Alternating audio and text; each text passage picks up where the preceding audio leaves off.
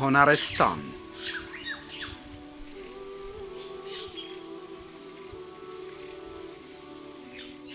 هنرستان د هنري زده کړو ریاست په 1350 هجري لمریز کال د غلام محمد میمنګي د هنري سازمان په نوم د اطلاعات او فرهنګ وزارت په چوکاټ کې د ټولنې د اړتیاو په اساس رامنځته شو.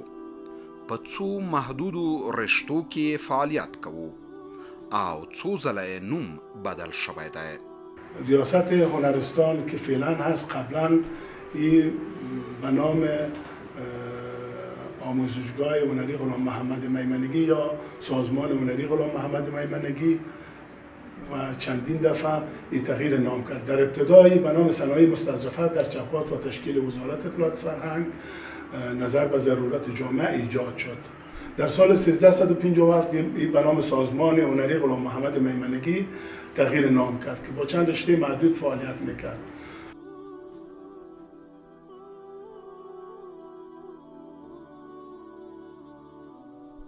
په 1390 لمریز کال دوه ریاستونه د غلام محمد میمنګي او ملي نګارستان سره مدغم شول او په پایله کې یو ریاست د هنرستان په نوم رامنځته شو چې اوس مهال یاد ریاست خپل بېساری هنري فعالیت ترسره کوي.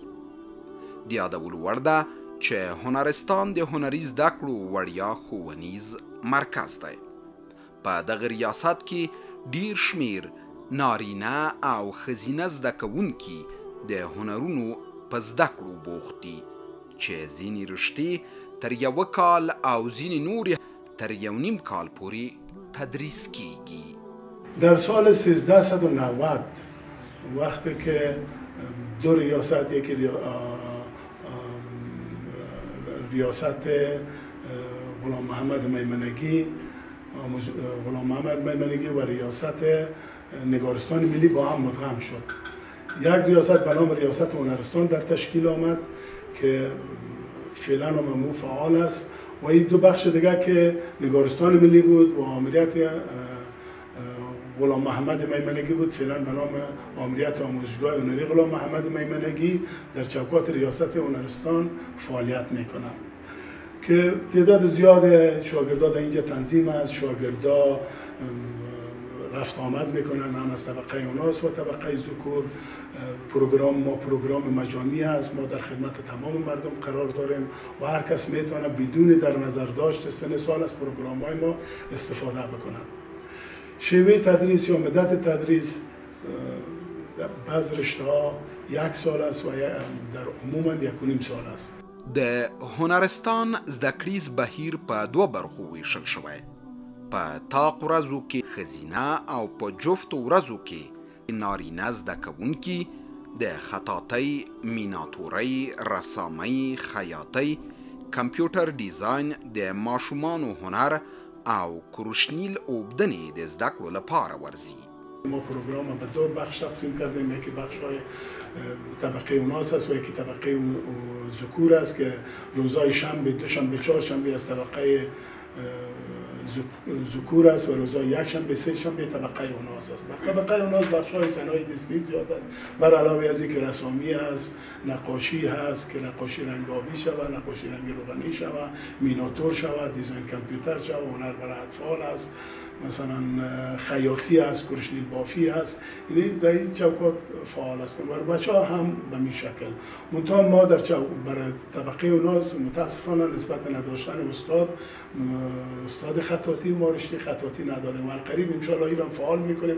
همراه وزارت همراه ما همکاری کرده، یک کس را به طور بالمقطع گرفتن. ان شاء الله القریب در ما بخش خطاطی رو ما فعال میکنیم.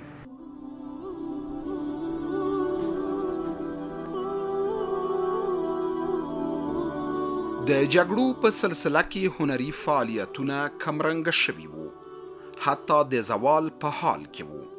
خو له کومې ورځې چې اسلامي امارت پر ټول افغانستان د واک ټغر غوړولی، نو هنرونه تر پخوا ډیر وړېدلي دي.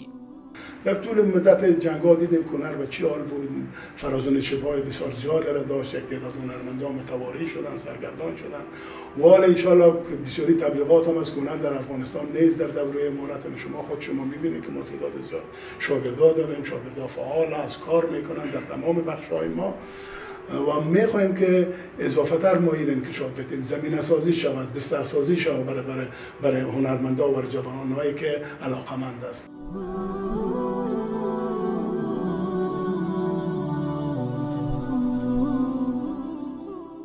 هنر یوازې رسامي نه ده بلکې د تاریخي مخینې هنداره یې ګڼو او زموږ د هویت ښه ښکارندویي کوي ځکه چې د تاریخي فرهنګي اقتصادي او نورو برخو لپاره د ښه خدمت ترسیم کولی شي. بسیاری کسا در فکر از این بود که هنر فقط مثل که ما در دوران مکتب اکثر ما شما خواندیم که به نام رسم یک چیزی داشتیم، یک ناک رسم میکردن یا یک سیب رسم میکردن میگفتین این هنر از خلاص. اما در مزایای هنر، در کیفیت هنر که باید هنر چیه، چطور برای مردم افهام و تفهیم صورت بگیره که از هنر که یک درک کلی پیدا بکنن.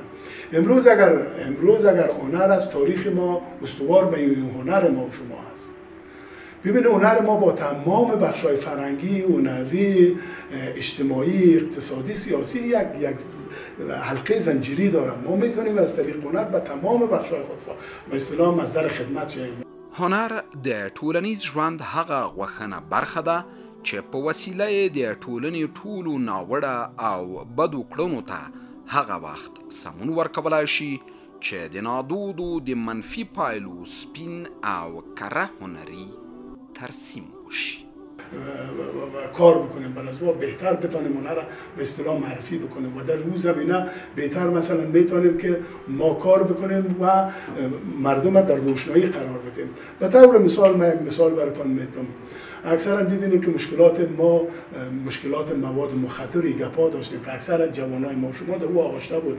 فضل خدا الحمدلله که حال کم شده و امارت جلوگیری از او کردن. ما میتونیم مثلا در اینجا از یار مواد مخدر با مردم تصویر بکشیم، مردم نشان بدیم در قرى و قصبات، مثلا پوسترها رو چاپ بکنیم، در اونجا انکشاف بدیم.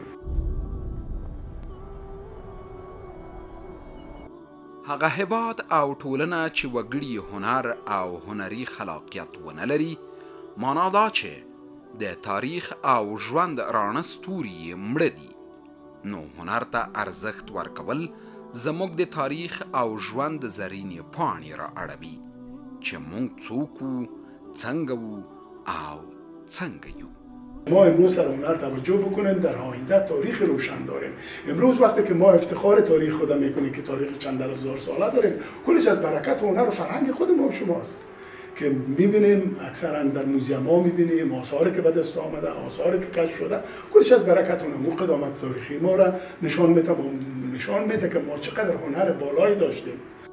د هنرستان په غیږه کې ډیر شمیر ځوانان په هنري زده کړو بوخت دي چې د خپلو ښوونکو له ښوونیز بهیر او هنري کارونو خوښي څرګندوي.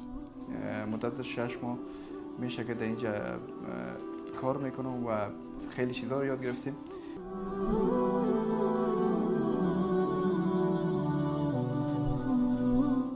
د یاد هنري ریاست زده کوونکي د رسامۍ هنر د قوانینو په پام کې نیولو سره ډیر هنري کارونه ترسره کولی شي چې خپل ذوق په خیالي او حقیقي توګه وړاندې کړي.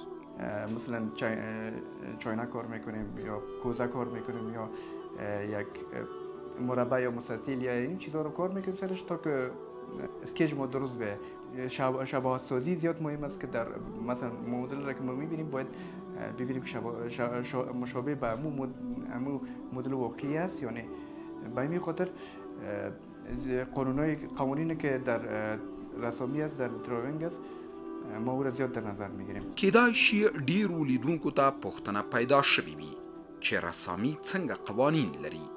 نو باید یادونه وکړو چې هر کار او هنر خپل ځانګړي قوانین لري او له دې قوانینو پرته نیمګړي دي.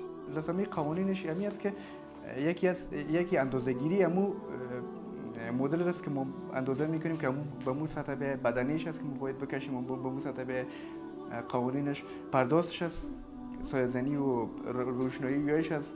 یکی دیگه ترکیب رنگایش است که باید رنگایش هم در پنسل و هم در آبرنگ که چی رقم باید ترکیب بتیم. د هیواد هر وګړی او استوګن ځانګړی احساس، هیلې او ارمانونه لري چې په خپلې وړتیا د هیواد او ولس لپاره ستر ویاړونه راوړي او د سربلندۍ توغ یې رپاند وي. امی خوابم است، امی آرزویم است که یک روز بتونم یک نقاش خوب شوم، یک رسام خوب شوم تا بتونم خدمت کنم به مردم خود، به ملت خود و یک الگو باشم در تمام جامعه و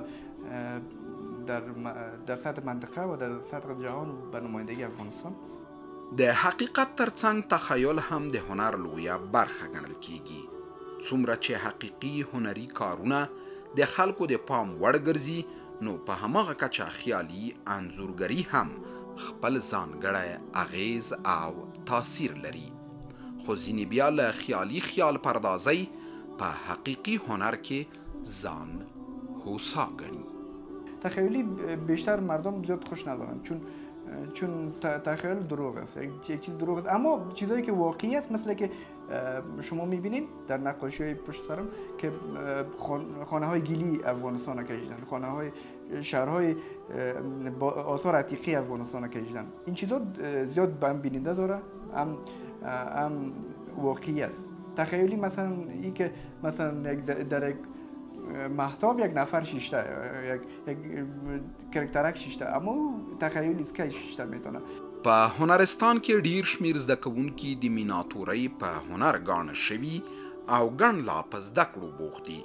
خو ویل کیږي چې د میناتورۍ هنر په لومړي ځل استاد کمال الدین بهزاد افغانستان ته راوړ چې ډیر ژر یې په خپلو شاهکارو هنري کارونو ځانګړی ځای او مقام پیدا کړ.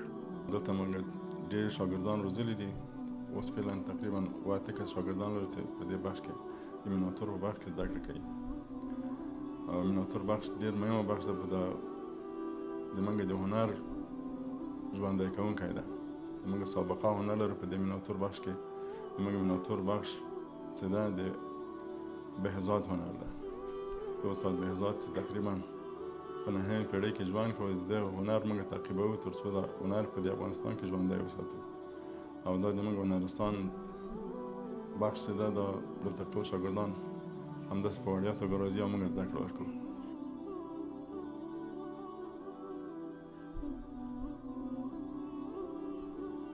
یو انځور څنګه ترسیم کیږي، کوم رنګونه پکې وکارول شي او څنګه وکاریږي، دا ټول ځانګړی مهارت، تجربه او هنري پوهه غواړي.